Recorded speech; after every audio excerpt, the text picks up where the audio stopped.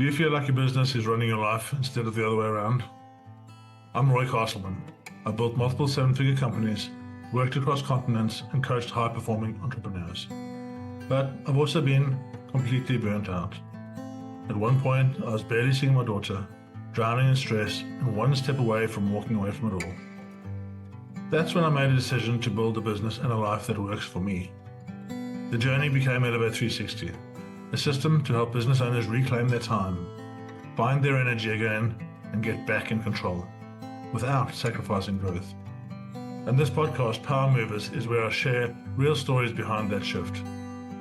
Each week you'll hear from entrepreneurs, founders, and leaders who've walked through the fire and come out the other side with clarity, courage, and a system that works. If you're ready to build a business that gives you more life instead of taking it away, you're in the right place.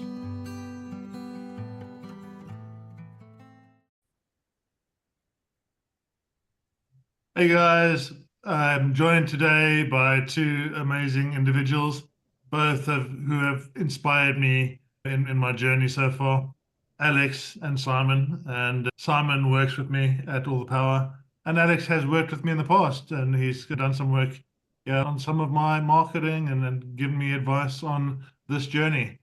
And I bring these guys together today because they're both runners. And when I say they're both runners, they don't just run. They run. I can run 5Ks, maybe. These guys go a long way. And I just want to introduce Alex a little bit. Alex is a marketing man. He loves the telling of stories. He's also somebody after my own journey is really digging into this idea of living your life you love, right? Not just working to live, but living to work, and the other way around. He enjoys what he's doing, and he's got some interesting things to tell us. So, Alex, tell us a little bit more about yourself. Thank you very much, Roy, for the introduction. Thank you, Simon. So my story is really about changing identity. I struggled for years with being a workaholic, so I am a recovering workaholic and a recovering people pleaser. I started my business 14 years ago as an agency. I used to do everything, and when I used to work with Roy, the stories that I created were on a different level. I think it was 6, 7 years ago. So the short version of my story: 15 years ago, I got fired from an advertising agency. I used to work with Mercedes, Heinz, all the big brands, and I said I'm going to start my agency. So I started my agency, and then throughout this 15 years, obviously, I had ups and downs like all business people had. And 2 years ago, I started therapy. A couple of years before, I think 5 years ago, I started personal development and Tony Robbins and all the stuff that goes with it. But really, the major change happened when I started therapy. And I realized that I don't need the agency module. Like, I don't need to have an agency to prove to other people that I know my stuff. And then I realized even a harder truth that I'm not that good in marketing. I'm like average. I had the brands to prove that I worked with huge brands in my agency, and I was lucky and fortunate enough. But as a marketeer, brand strategist, I was below average, and that made me realize actually I don't need to be an agency owner because that's just a wrap of low self-esteem and trying to prove to my mom mostly that I'm worthy of love because she never showed me any love, and she's Russian. And if you know anything about Russian parents, they're very, if you're not a doctor or lawyer, you're a failure. So obviously I was plus I wasn't good at school. So that was for her, I think, so painful. A son that wasn't good at school, I know he's not a lawyer. I was into sports. And then, I was working as a barista. Then I started as marketing in a web development company.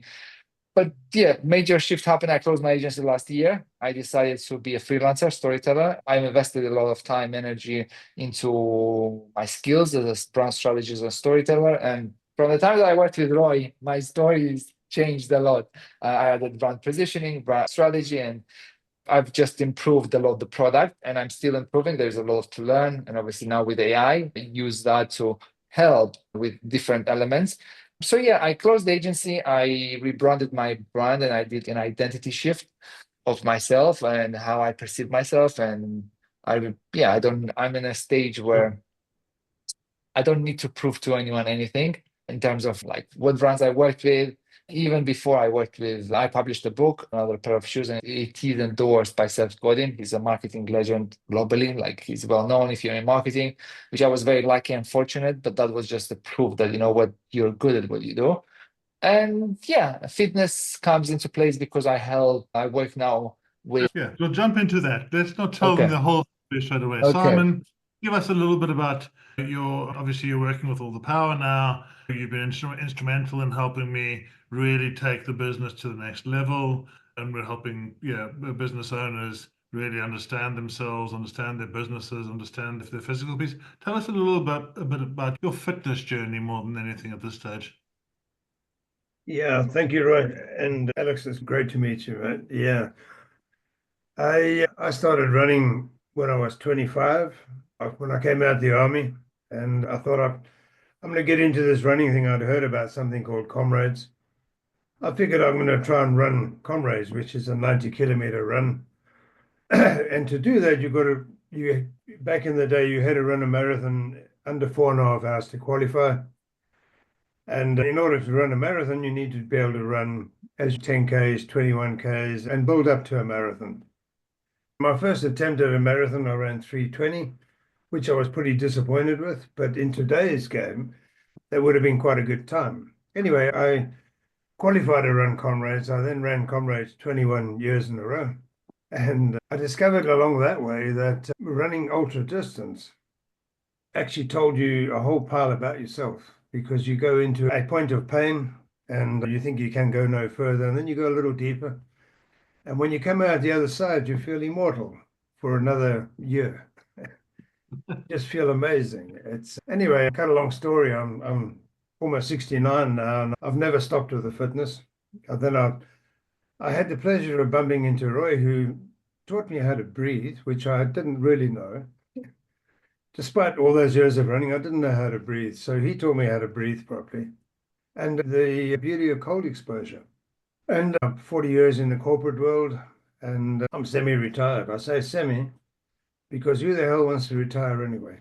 You got to do For something sure. to keep yourself busy. And Yeah. working with Roy has been a pleasure, man. They say you can't teach an old dog new tricks. They're wrong. Okay, he's taught me a whole pile of new tricks, which is Thank great. you, Simon. So I want to just dig in, Alex. Yeah, and I want to come to one of those first questions that I ask everybody on here.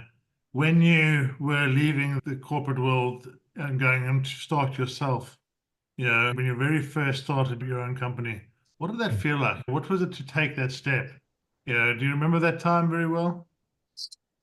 I remember that my thought was I just need a couple of clients to pay rent and food and loans that I had. I was like, if I get, I don't know, 2, 3 clients per month, but it was scary because I didn't have any savings, or I never had my family to support. If you don't have the money for the month, I couldn't call my dad, stepdad, or my mom. So the feeling was very like, okay, I don't know, but I'm gonna try and knock on doors. And I called and emailed, and yeah, I was just lucky to Yeah. get some clients, obviously, to get some food on the table.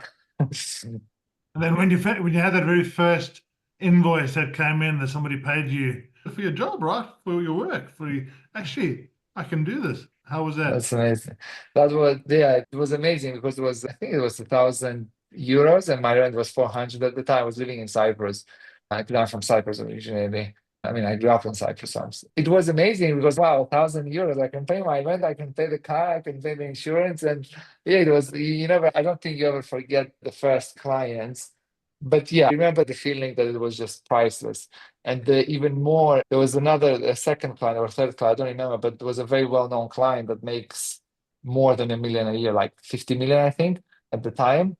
And they just called. I obviously had meetings with them, and they called me and they said, we would like to work with you because we like the strategies that you presented to us with social. I just started crying. It's wow, this client, Beauty Line, the name. This client is Okay. huge. They have 50 companies like Holland and Barrett and other big names, and they wanted to work with me. And obviously, with a person with a low self-esteem, it was like priceless. Yeah. Yeah, and that for me, that's such a powerful thing when you go and you start working for yourself, right? You come out of this protective layer of the employment world, and you have to go and make it yourself. And every Mm. single decision you make, every single step you take forward, firstly, you're in control. but you're also, secondly, you're also in control of the failure. Yeah, and you think, for me, I thought it was going to be easy. I thought, okay, I've been making hundreds of thousands of pounds, of millions of pounds with clients that I'd gone to, I'd sold to, I'd done everything with, and then I started my own, and none of those people would talk to me because now I'm a one-man band, and it's what do I do now? And sometimes you have to eat humble pie. You have to really go step back and say, okay, where do I start? And you have to learn all this stuff as you go forward. And yeah, Yeah. for me, it was so formative. And yeah, just being able to look back and say, okay, yeah, that wasn't right. I have to do something else. And then this whole point of failure. So I want to talk a little bit. You mentioned you grew up in Cyprus. Tell me about what was that like? What was Cyprus like? It's hot. Cyprus is hot. Cyprus. That's my obviously from my surname. People will say you're not Cypriot. Yeah, I'm not because my mom is Russian and my dad is a Russian, but he lives in Canada. But I grew up in Cyprus since a very young kid, so I'm Cypriot. But now I moved to London 13 years ago. Like I feel Londoner.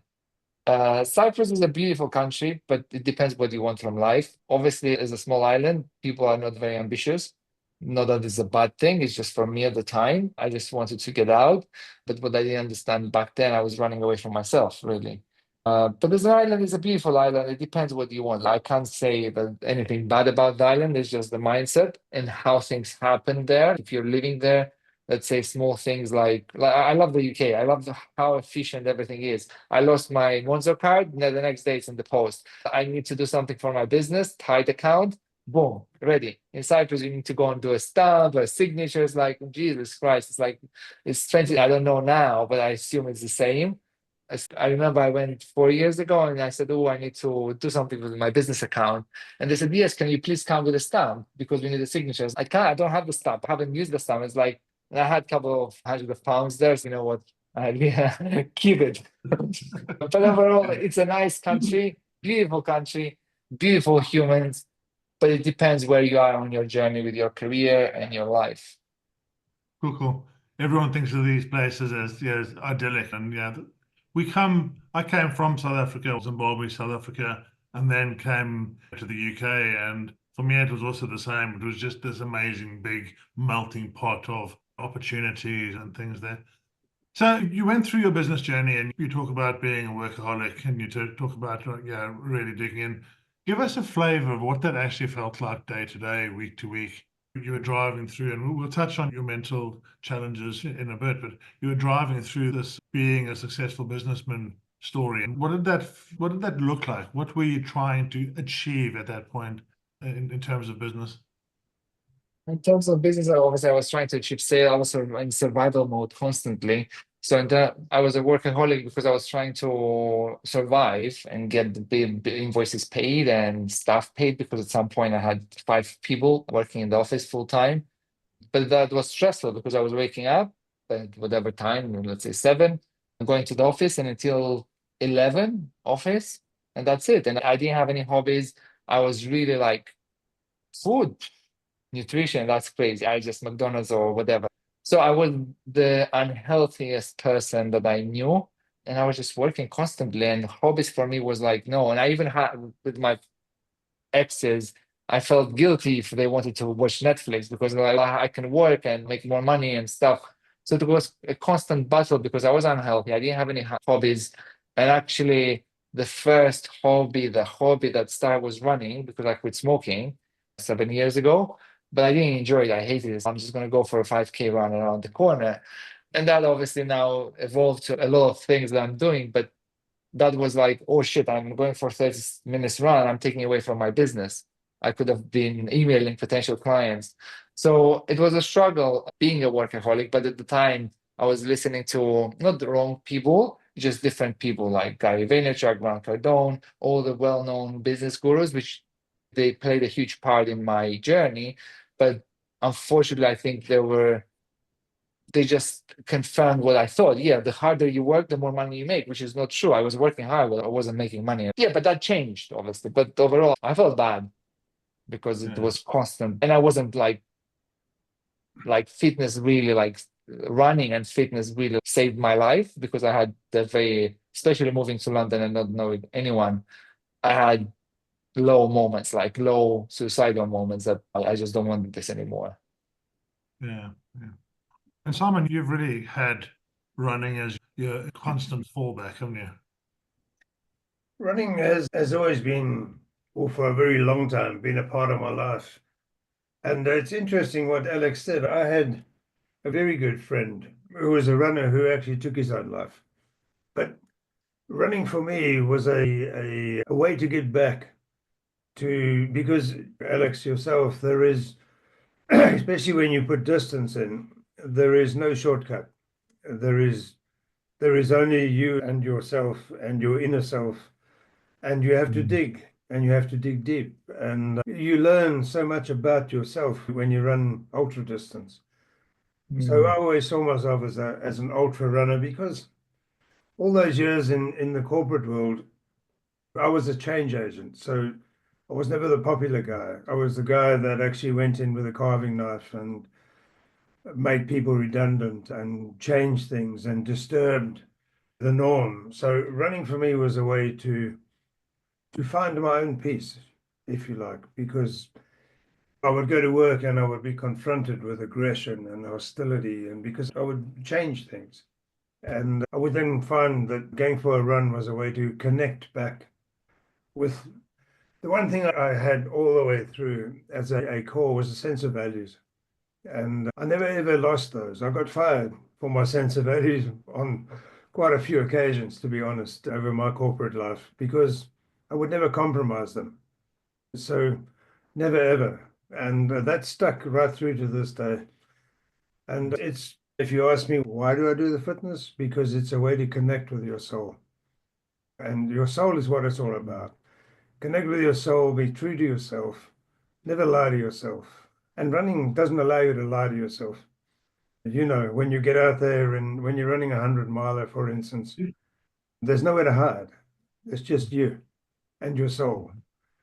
So you go deep and you go deeper, and then you go really deep. You can go so deep that you didn't believe you could go that deep, and then you come back out. And when you do, when you come, I said earlier, when you come out the other side, you feel invincible for a while, and it's true. If you take yourself to a extreme sports, right? You've done extreme sports. When you get into the extreme stuff, the adrenaline factor, when people around you, I did whitewater canoeing for a while, and in those races, people would die. And you realize that actually you need to put your own competence on the line. And there really is nowhere to hide. It's because if you don't focus, you're going to end up dead. So I'm still here. Into those extreme sports, Simon, all of us here are skydivers. Exactly. And it's Yeah, yeah. Yeah. Yeah, Stepping well, in. skydiving is because of you. I have to say, I was scared of heights, and Roy, you should jump. I was like, when I met you, I said, no, but then I don't know how long it took, 5 years. And like, obviously, you know the story. I became a skydiver, which I'm very grateful for. And yeah, I skydived for what, a year, 2 years, but now I paused because just too many things going on. Yeah, yeah. And all of us, yeah, I think what's really important for our audience to know is that as we go through our journey as business owners, right, we go and we try so many different things, right? And but the whole Mm. path, it's a journey of us of learning, of understanding, of getting to know ourselves, yeah, and getting to know Mm. what's important. Right. I was in a situation where, yeah, the same as you, Alex. I was just go all the time, 14-hour days, no stress, no stress relief, no. And then I found some things. I found skydiving. I found various other things, and they brought me back into the present moment. And just bringing you to that present moment and taking you Mm. away from the main stressor in your day, that was super powerful for me, and that allowed me to go so much further than I had. And that's a lot of what me and Simon are doing now. Is we're saying to people, listen, get yourself some time, free yourself some time, and we'll talk to that in Mm. a second. And yeah, a good way of doing that now is with AI. But then after you've freed yourself some time, actually start working on yourself. You know, what's important to you? Yeah. How can you be your best version of yourself right now? Because if you can be the best version of yourself, then your business is only going to grow and succeed and be much, much better. And I think Mm. I noticed you, and I don't know if this is right or not, I noticed you started getting much deeper into the running. But you said you started running, but you didn't really like it. How did you get into, you know, Um, suddenly running like stupid distances? Yeah, I have to say before I say that, I have to say how important the things that we do impact other people. So Roy told me you should skydive, and I said, I'm not stupid. I'm not going to jump out of a plane because I'm scared of heights. Like I'm scared of heights. And 5 years later, I don't remember exactly the days, I did a tandem jump in Cyprus, and I said, wow, this is amazing. And then I don't know, a year later, I did one tandem jump in Dubai, and this is actually a business lesson. Cyprus, I said, how can I do a course, an AFF course? And then, oh, you have to book very Dubai, USP, next steps, AFF. And then I was like, oh, wow, I can learn that in 7 days or whatever, 14 days. And then you told me about the instructor. And then I became a skydiver. But my point is, if Roy didn't tell me, plant the seed 5 years before, I would never, because skydiving is the best thing in the world. That drove me to do trail running and start being more active. That drove me to be more aware. That drove me to do therapy. Actually, skydiving helped me to put my ego aside and say, you know what, I should do therapy. And it's not, how people say sometimes it's this and no, you should. So, and skydiving gave me the confidence to go and do other stuff, which I'm doing now. And yeah, there is obviously reasons. Okay, like I said, I'm not jumping now, but it's not because I don't want to. It's because circumstances. I can't do 100 things at the same time, and I'm training very seriously for races and stuff, and it takes a lot of energy. But with running, I hated running. I hated it. Oh, Jesus, I used to tell my ex when we lived another run, but you know what? It's better than smoking. And then yeah, I just kept running, and and then I put on weight. That's why. So I quit smoking. Gained a lot of weight. I said it's okay. You can be like a bit chubby as long as you don't smoke. And then yeah, I kept running, and then I got into ultras, and then yeah, I listened to David Goggins, and which is I don't think he's a great guy, but at some point I think you have to switch him off because it's too much. And I was doing it from an unhealthy place, running more. But now, like after, yeah, so I continued, and then I became a running coach. So I said, okay, I'll go and do British athletics course. It's 3 months. I did the running coaching, and then I decided to I had different running coaches. I had Ironman coaches. I had a personal trainer and nutritionist, and all this costs money. And I was like, but then all the advice contradicts. And I couldn't lose weight. I was overweight, and I was like, I was running. I was like, but I'm running 100 Ks. I'm running so much every day. Why am I putting weight, 86, 87 kilos? And it just got frustrating. I was like, but I'm running, I'm exercising. But then obviously the key was nutrition that I learned from my personal trainer. And then, that's what led me to start a small business as a online fitness coach, because I understood running is not just running. You need to do strength training, you need to do nutrition. And yeah, one thing led to another. And but I think the biggest lesson in running is you just have to try different things and see what sticks. I tried skydiving, loved it. I tried short distance running. I never run a marathon actually. I hate marathons, but I love ultras. That's my distances are 100K, 170K. I did Dragon's Back race, one of the toughest races in the world last year. And I decided actually it was the worst race in my life. And I said, this is not for me. And as I finished, but after that, I had a huge self-awareness, like not self-awareness, assessment. Yeah, great. I finished it. Cool. Not for me. Hated every single moment of that race. I hated it because obviously bogs and all the stuff. But I think you become more self-aware with running, and you understand actually multi-distance, 380 kilometers, 16,500 feet elevation up and down in bogs in Wales. No, thank you very much.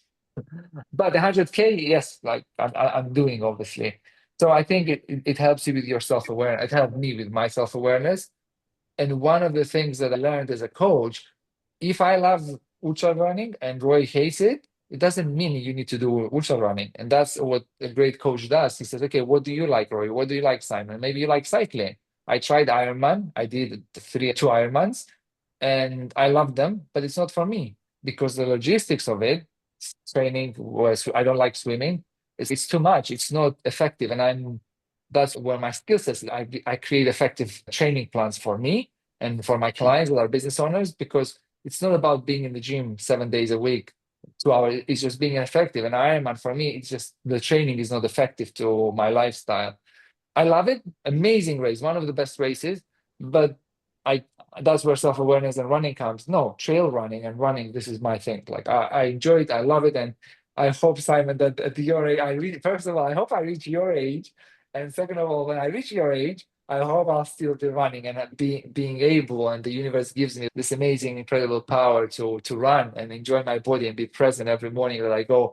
And it's not, I think a lot of times people say, oh, you just run. It's not just running. You connect with yourself. You connect with nature. You have to be mindful, because every week I'm very mindful of, okay, yeah, I listen to podcasts, books and all that stuff, but there is a day, usually on Mondays, gratitude runs for me. Just look around, be present. Yeah, on Tuesday I'll listen to a podcast. On Wednesday I'll listen to a book. But we have to be really mindful, and yeah, yeah. Yeah, I think that's such a good point to make there, right? We work with business owners, but we try and ensure that business owners find what works for them, right? Mhm.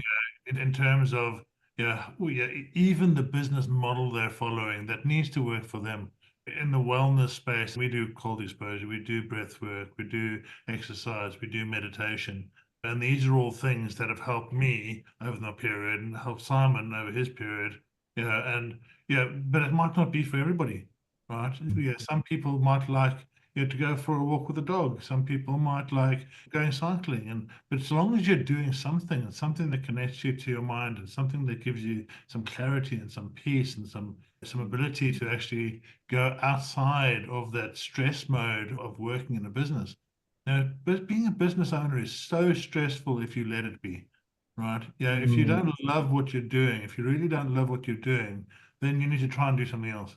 And what I find so often that I've seen with a number of my clients now is they used to love what they were doing, right?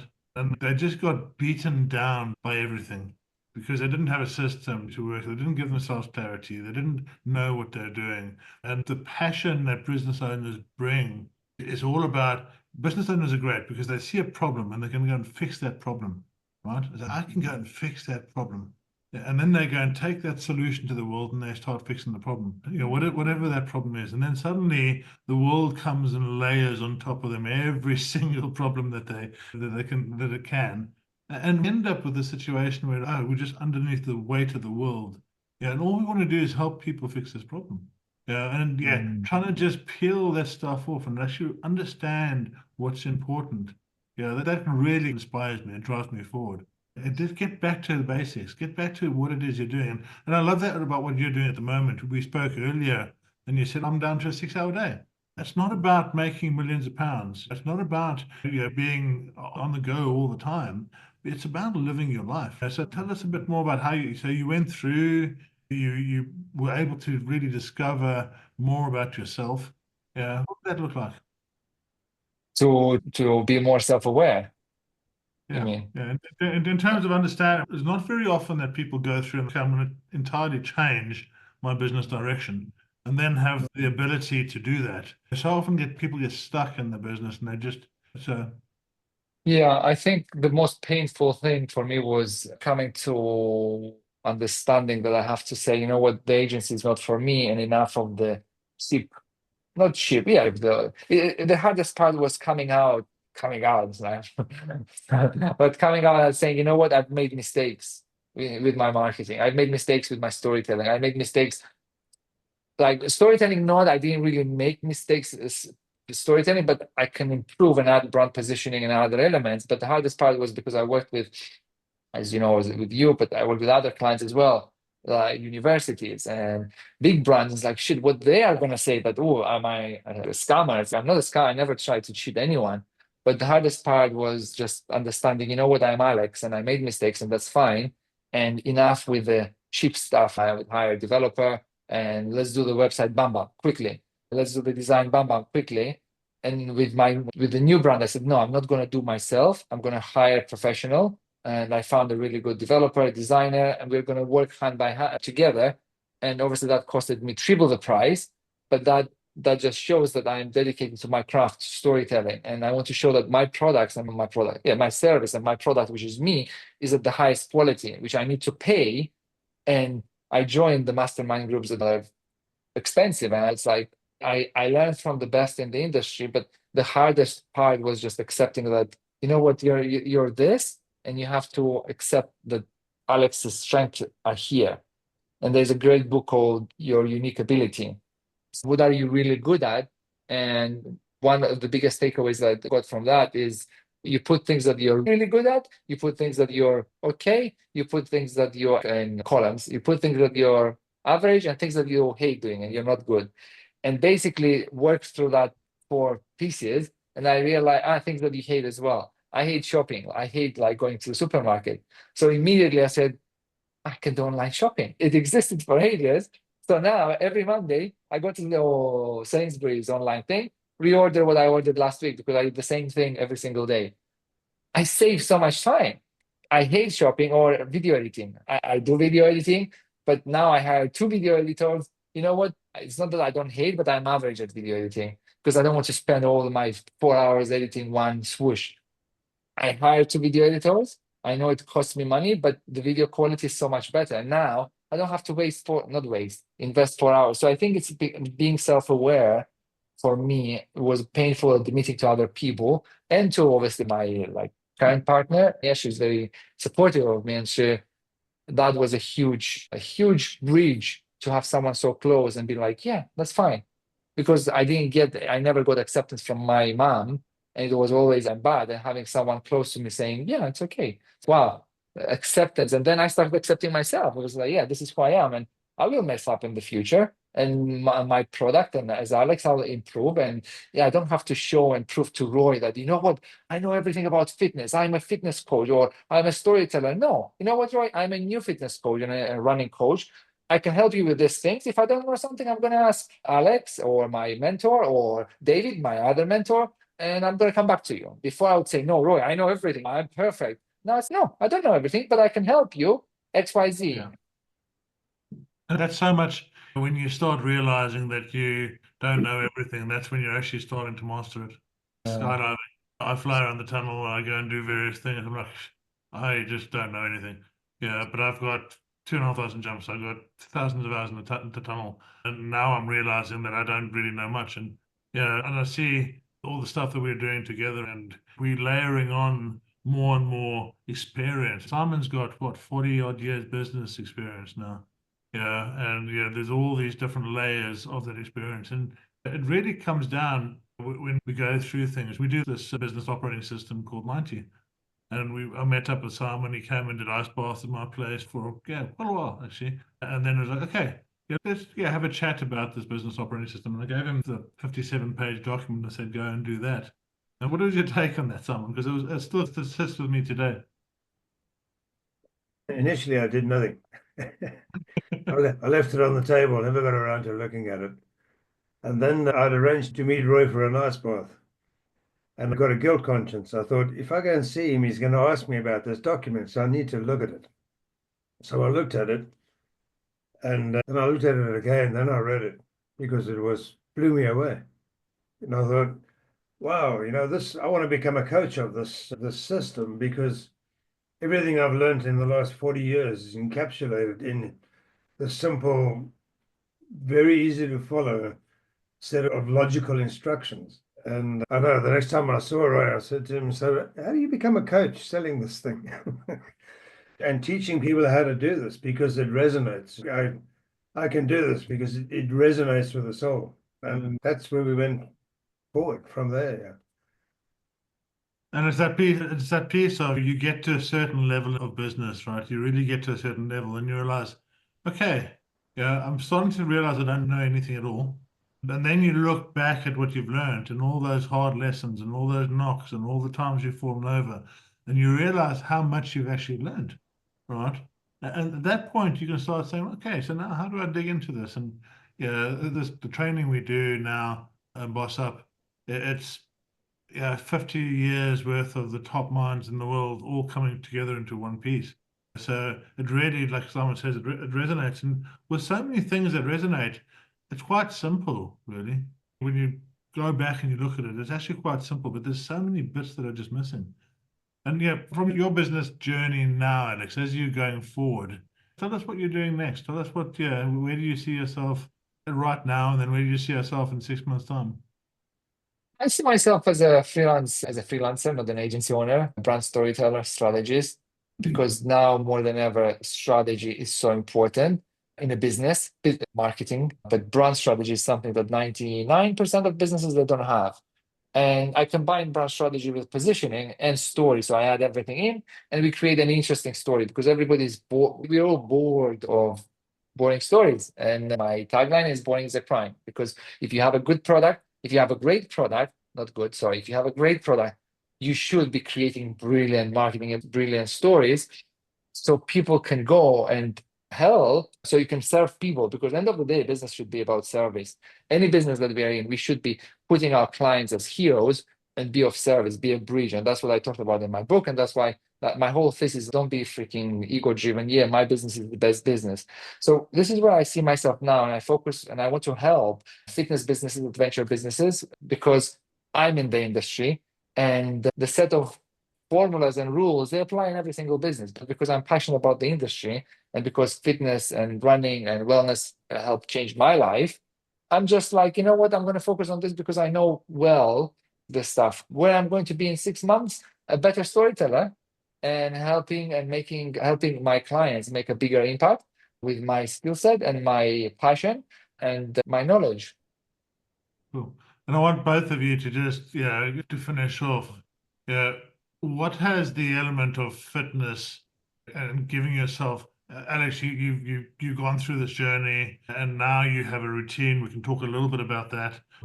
How is that getting yourself the routine in the morning? For me, it's a morning routine. I've got an hour and a half that I do in the morning, and that just sets me up for the day. And it gives me so much more energy. Tell us a little bit about that, and then someone will finish off with your view on that side of it. I think we all have different lifestyles, but for me, some people might say it's extreme, but for me, it's like you find what works for you. So I have a non-negotiable. Non-negotiables, I don't miss a workout. Even if I travel, I do my morning routine starts at 6, 5:30, 7, it depends, but usually around 6. I do my morning pages. Morning pages is the concept that I learned from The Artist's Way, the book. You just write 2 pages or 100, yeah, 2 pages, 2,000 words, and you don't publish them. You just write. And I've been doing this for the past 3 months. I haven't skipped a day and I love it. And that basically helped me create my daily vlog, a blog on Substack, my daily thought vault. So basically 200 words in insights about how we can unlock our potential to make a bigger impact. So I do my morning pages, then I do some meditations, I have some other rituals, spirituality wise, and then after I've done that, which takes around an hour, I have my running, and then I go to the gym. So around gym, I don't do cold baths, I do cold showers because I live in London and my place is small. I try to do it, and you know how London is. It's like I bought actually an ice bath. As I it's just that's the thing. What I tell my clients in the fitness space and any friend is just remove all the obstacles that are in the middle to go to the gym, to go for a run.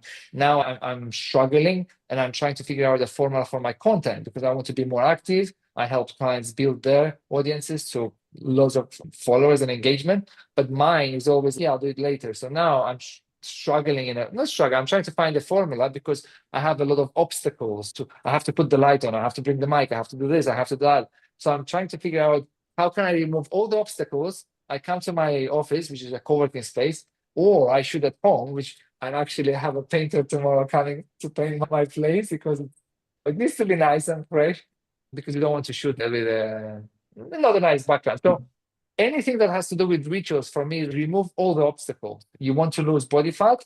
For example, I have a client that I'm working with, remove all the freaking cookies from home. My fitness pal every day, screenshot, send it. Remove all the stuff that you don't want to do. Gym. If the gym is 50 kilometers away, you're not going to go to the gym.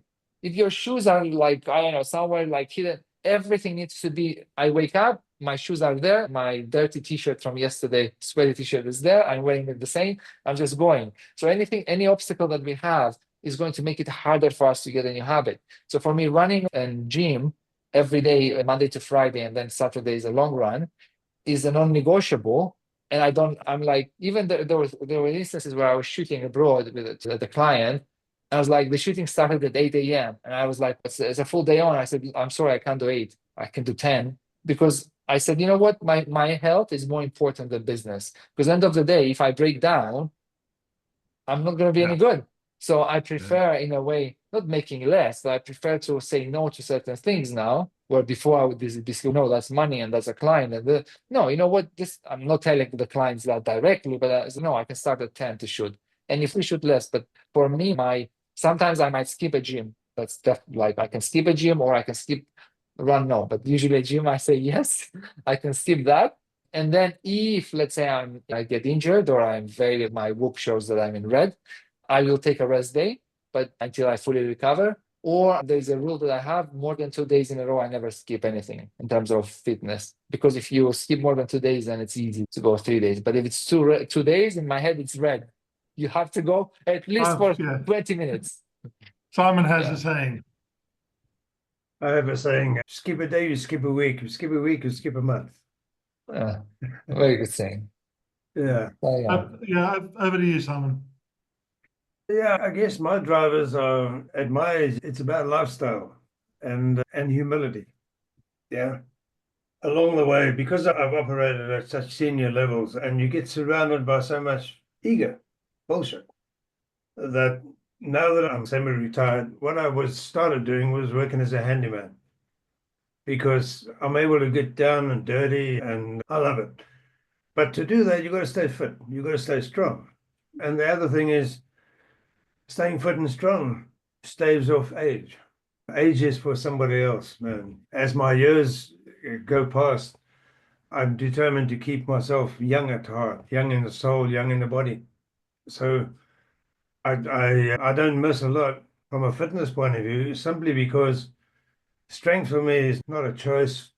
It's a choice that is non-negotiable. You talk about non-negotiables.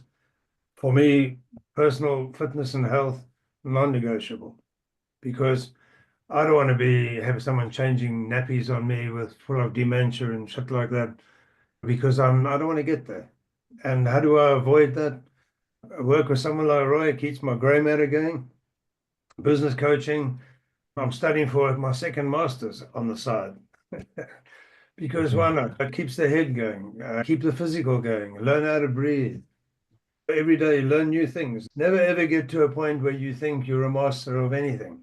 For me, life is about a constant learning journey and in everything, whether that's physical, mental, well-being. We do these incredible meditations with Dr. Joe Dispenza, and it's just really cool to start getting into the level of consciousness and awareness. And I just love it, man. And along the way, I have to tell you this, along the way, I came across a company that's called Nice Work. Can you believe that?